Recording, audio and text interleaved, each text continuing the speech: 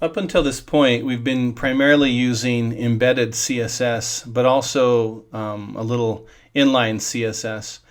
And that's fine and all. However, the problem is when I make a new page, like About or Media or something, I've got to put all of that CSS back into the embedded style sheets here. So what we're going to do is we're going to go ahead and make a new link right here, and we're going to link up a new file. And just like the Google Fonts file that we linked up previously, we're going to link up a new file, and we're just going to call it style.css. And again, it doesn't really matter. You could call it style sheet. You could call it whatever you want. It's just fine. It's got to be your name. And then we want to tell the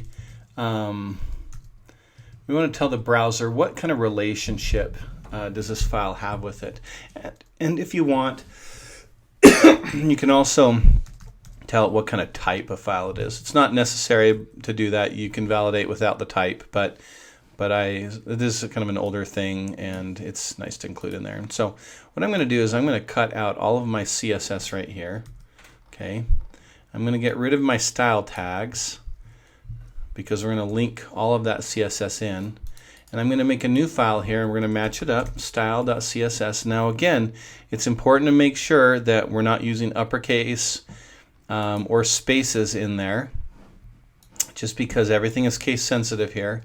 And we are going to paste that CSS back into this. Now when we reload the page, everything looks fine. But now we can go through and we can make additional pages. We have our index.html. I can copy that. Let's make a new file, and we're going to call it about.html. And I'm going to paste that all back in.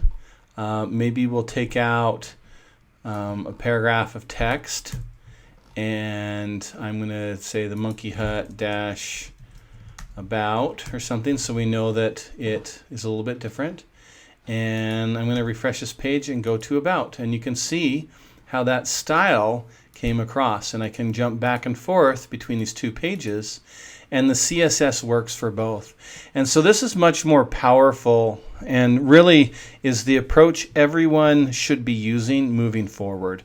To be honest with you, I really don't like to see inline or embedded CSS ever, and I'll probably ding you pretty hard if I see that type of CSS applied to any homework or final project or things like that. And so make sure that you're using external CSS moving forward, because again, it makes it so much easier to apply it to the entire website. If I want to change that blue into red, I can just go into my header and I can make a quick change into red, right? And it changes across the whole thing. So it definitely helps out.